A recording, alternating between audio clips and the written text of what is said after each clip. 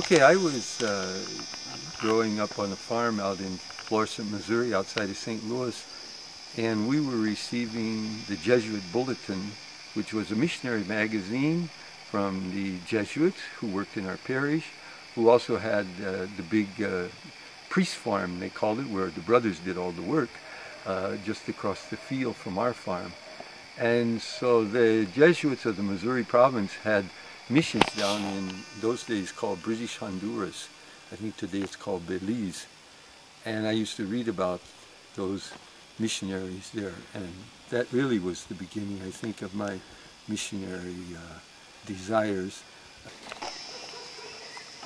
In 1991, I was the delegate to our general chapter, and I had there the privilege of receiving the first copy of the Scritti, the writings of Comboni, which I made a program afterwards and succeeded in reading the whole book straight through.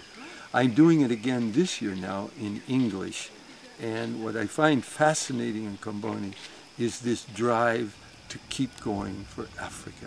He just kept going no matter how many crosses there were, no matter how many challenges, and in fact he was convinced, and he's convincing me, that that is the sign of the works of God, when these crosses come and we know how to meet them. Connected with my vocation was the first Comboni I met, who left his country and went to America.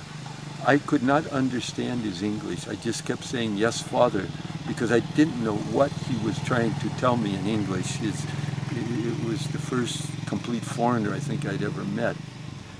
I find now that in Africa, my people are as understanding as I was with that first Comboni missionary, who put his neck out and went ahead and talked even though he didn't know the language. And we arrived here, and the people are very understanding to us as we struggle to learn their languages. I've learned 2 African languages, although Alur is a lot easier than the Lukbara I speak here. And they say that the people don't understand what we say, but they understand what we mean. And truly, the faith, I think, is something that uses this instrument, and yet the people are growing in their faith, and with the poor instruments that we are.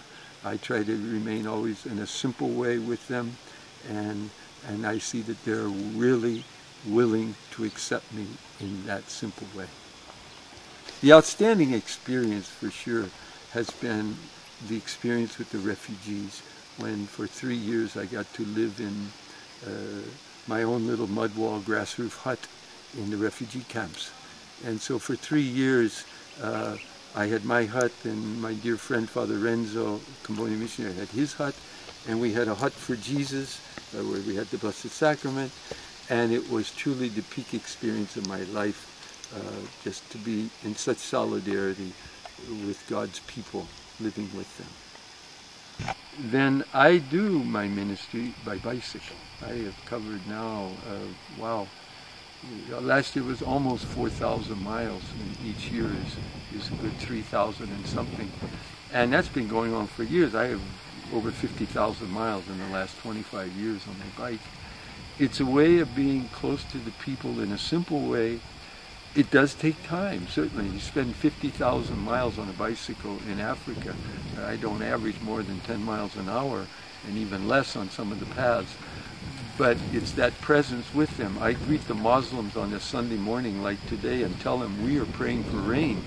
And then after I leave the Muslim working in his field on Sunday morning, I say, "Dear God, make it rain," so he knows you're the real God, the true God. And the Christians got rain for the Muslims on their fields when we prayed. So there's a lot of ways of being present with the people, just spending time with the poor who always come around, who stop me along the path. And this takes time. This takes availability, rather than lock yourself in your room and have the internet now available.